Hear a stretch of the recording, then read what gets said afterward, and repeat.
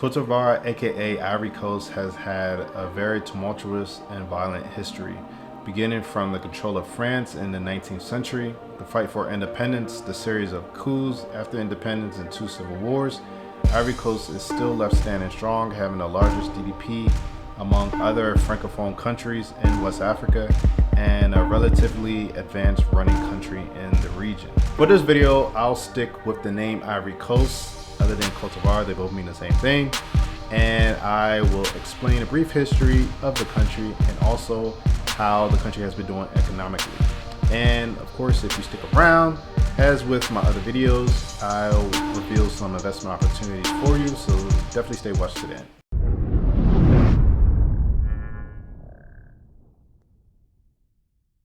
Abundant archaeological evidence confirms the presence of early humans in what is now Ivory Coast. Groups in the north were drawn into the trans-Saharan trade networks of the Ghana and Mali empires. Islam arrived with Malinke merchants as trade expanded. Mali's collapse in the 16th century resulted in a great upheaval that sent waves of migrants southward, where they founded new kingdoms in the hinterlands of the forest zone. The original inhabitants were either displaced or assimilated by these new groups. Before the colonial age until the 19th century, European contact was confined to the coast, where French and Portuguese traders sought slaves and elephant ivory, which is how the region got its name. Louis-Edouard Boulamaes began signing treaties with coastal chiefs in the 1830s that allowed France to build forts and trading posts. By the end of the 1880s, France had established control over the coastal regions of Ivory Coast. By the 1890s, inland penetration by traders such as Marcel Triquelapin and military missions such as those of Captain Louis Gustave Binger in 1887 to 1889 resulted in more treaties with French protectorate relationships with many groups. In 1889, France named Triquelapin titular governor of the territory, and Captain Binger was appointed governor. Agreements with Liberia in 1892 and with Britain in 1893 determined the eastern and western borders of the colony, but the northern boundary was not fixed until 1947 because of the efforts by the French government to attach parts of Upper Volta, present-day Burkina Faso, and French Sudan, present-day Mali, to Ivory Coast for economic and administrative reasons. Ivory Coast borders Guinea to the northwest, Liberia to the west, Mali to the northwest, Burkina Faso to the northeast, Ghana to the east, and the Gulf of Guinea, which is the Atlantic Ocean, to the south. Cote d'Ivoire peacefully achieved autonomy in 1958 and independence on August 7, 1960, when Félix Houphouët-Boigny was elected president. In Ivory Coast, 64.8% of the land is agricultural, and therefore the economy's foundation is mostly based on their agriculture. Due to production of coffee and cocoa, it was an economic powerhouse in West Africa during the 1960s and 1970s, then experienced an economic crisis in the 1980s, contributing to a period of political and social turmoil. It was not until around 2014 that its gross domestic product again reached the level of its peak in the 1970s. At independence on August 7, 1960, the country was easily French West Africa's most prosperous, contributing over 40% of the region's total exports. By developing country standards, Ivory Coast has outstanding infrastructure. There's a network of more than 8,000 miles of paved roads, modern telecommunication services, including the public data communications network, cell phones, and internet access. 2 active ports, one of which, Abidjan, is the most modern in West Africa. Rail links in the process of being upgraded both within the country and to Burkina Faso. Regular air service within the region and to and from Europe. And real estate developments for commercial, industrial, retail, and residential use. Ivory Coast's location and connections to neighboring countries makes it a preferred platform for foreigners to conduct West African business operations. The city of Abidjan is one of the most modern and livable cities in the region. The housing need in Ivory Coast is estimated at 400,000 to 600,000 units, with a yearly increase of 50,000. The Ivorian government is planning to address the need of 400,000 new homes, 200,000 of which are needed in the economic capital of Abidjan. There are ongoing construction sites in progress to address this need, but this will only cover a small portion of overall demand. The public health system comprises of health centers that have been set up in the cities and countryside, primary care centers, general and specialized hospitals, and secondary health institutions such as university hospitals, cardiology institutions, national public health, and hygiene institutions. The private sector, for its part, consists of clinics, private hospitals, specialist practitioners, infirmaries, and pharmacies. Most Ivorian hospitals date back to the 1960s and 1980s. Only a few of these might have been renovated. Therefore, most of these hospitals may be quite substandard, poorly equipped, etc. Moreover, ambulance services are quite limited and poorly equipped, as described by some organizations. Finally, medication stocks may be insufficient or even unavailable in some public hospitals. The country has universities in Abidjan, Bouaké, and Yamoussoukro. Access to education in the Ivory Coast is impacted by numerous socioeconomic and equality factors. Despite the challenges Ivory Coast has faced to its educational system, a number of solutions have been introduced to combat them. In addition to Ivory Coast's own national programs, organizations such as UNICEF have supported programs to strengthen and expand Ivory Coast's educational infrastructure. Due to the solutions in place, Ivory Coast have seen results in its educational system. Over 2/3 of Ivory Coast children now attend primary school. Prioritizing education in Ivory Coast, coupled with organizational and national campaigns, processes to rebuild a shattered infrastructure have begun. However, the primary system approaches universal access and eventually universal primary completion.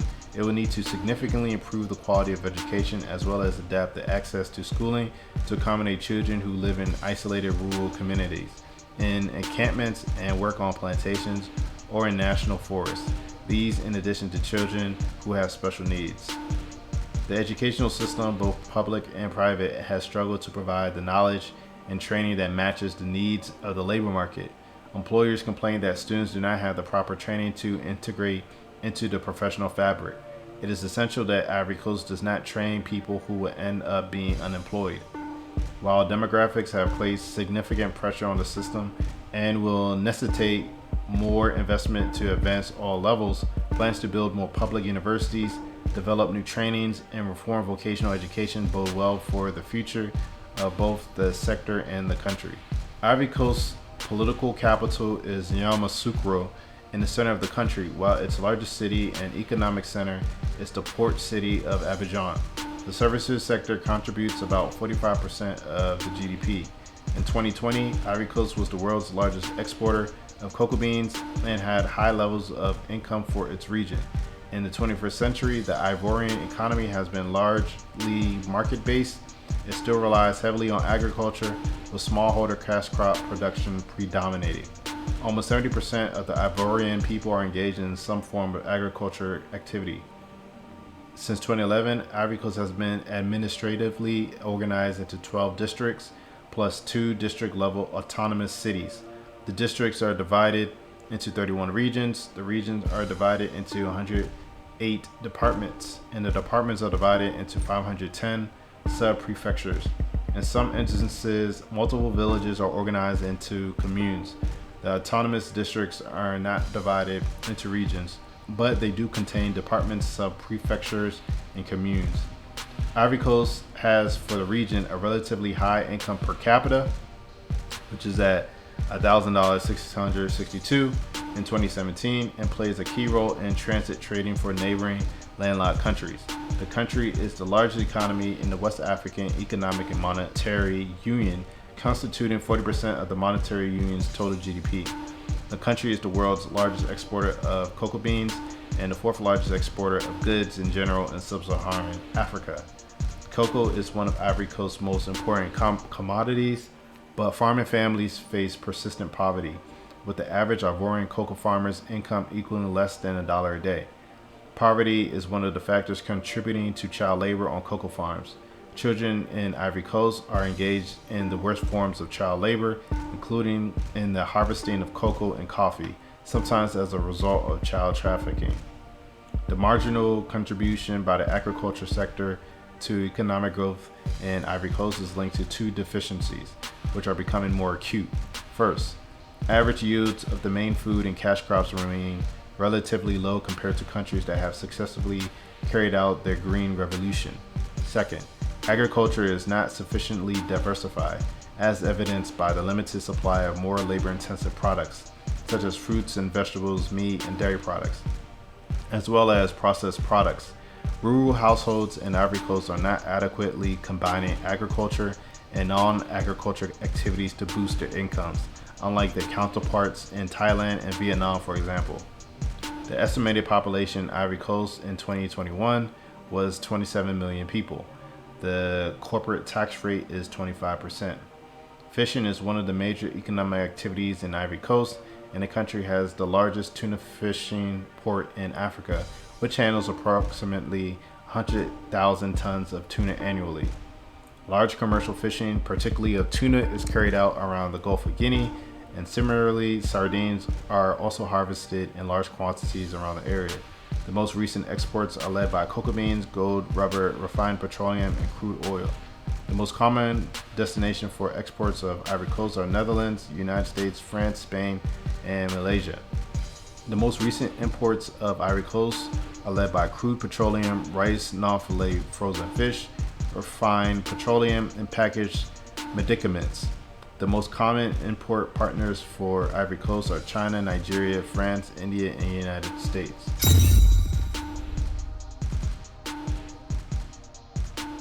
So to start off with the promising industries for investment, agriculture. So they already have the land. Ivory Coast already has great land. They are the top performer or the top exporter of cocoa. The land is there. It just needs to be diversified. So if you can find a way to get in there, make it more efficient. It doesn't even have to just be farming, but you can just be focusing on just equipment or even training. Training in agriculture will be huge for the people. So that's a great investment opportunity if you want to go do that in Ivory Coast. So due to the growing urbanism, what's really needed is public works such as schools, hospitals, roads, affordable houses.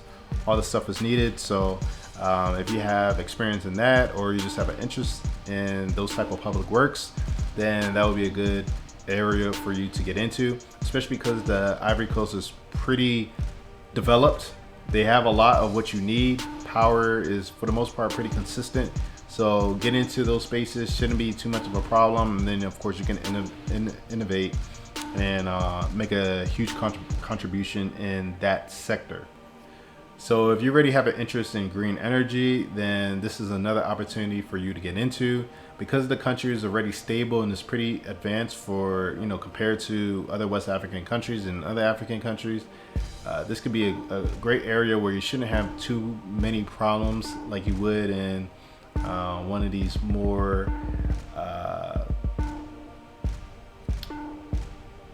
less developed countries. So hydropower, anything like that, any renewable energy sources is always going to be good in this country, and that's what they're looking to improve on. They want to increase their diversification when it comes to energy. So that would be a good industry to invest in.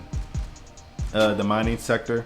So mining is still huge in Ivory Coast, and it just allows a lot of opportunities, especially when it comes to the processing. So not just exporting the raw material, but processing the material, and that's countries really want to improve on their exports so that they get more value for what they put out into the global economy.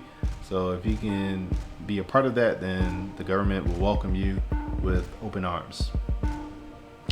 Major industrial sectors such as food processing, textiles, fertilizer, construction materials, tuna canning, just general industries that makes the internal economy run, the local economy run better, more efficiently.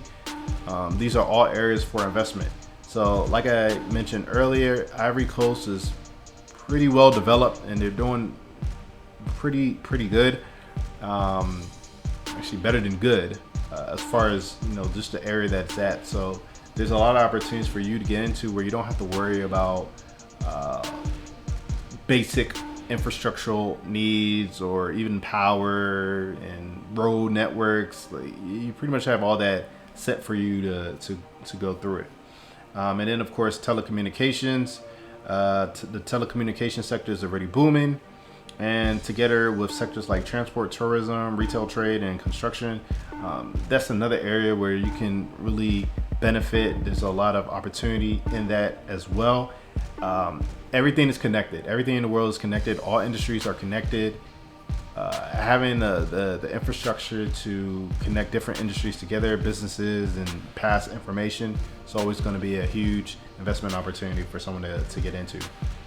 So if I was going to invest in Ivory Coast, easy, hands down, I'll go straight to the educational sector, specifically vocational schools, because you still have you need to develop that human capital, and I would just stick with the schools. And then of course later on probably agribusiness, because they do have the land for it.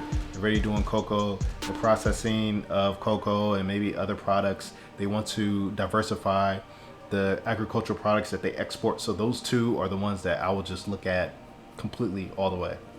If you're interested in an entrepreneurial story, I have one for you.